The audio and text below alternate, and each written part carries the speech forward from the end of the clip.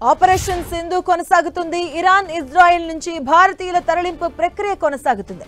ఇప్పటికే ఇరాన్ నుంచి 1000 మందికి పైగా పౌరులను భారత్కు తీసుకొచ్చింది. ఇక తాజాగా ఇజ్రాయెల్ నుంచి తరలింపు ప్రక్రియ ప్రారంభించింది. ఈ క్రమంలోనే 160 మందితో కూడిన తొలి బ్యాచ్ ఇజ్రాయెల్ నుంచి జోర్డాన్ సరిహద్దుకు చేరుకుంది. ఇజ్రాయెల్లోని దాదాపుగా 40,000 మంది భారతీయులు వివిధ రంగాల్లో పనిచేస్తున్నారు. ఇరాన్ దాడులతో స్థానికంగా పరిస్థితులు దిగజారుతూ ఉండడంతో అక్కడి భారతీయుల తరలింపుకు కేంద్రం నిర్ణయం తీసుకుంది. ఇందులో భాగంగా తొలి బ్యాచ్ కింద టెల్ అవీవ్, హైఫాల నుంచి 160 మందిని భారతీయులను రోడ్డు మార్గంలో జోర్డాన్ సరిహద్దుకు తరలించింది.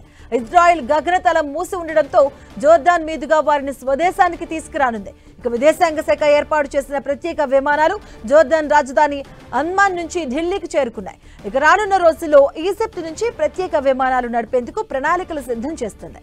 ఇక ఇజ్రాయెల్ ఇరాన్ పరస్పర దాడులతో పశ్చిమాసియాలో ఉద్రిక్తత పరిస్థితులు నెలకొన్నాయి. దీంతో ఈ దేశాల్లోని భారతీయులను స్వదేశానికి తరలించేందుకు ప్రభుత్వం ఆపరేషన్ సింధు ప్రారంభించింది.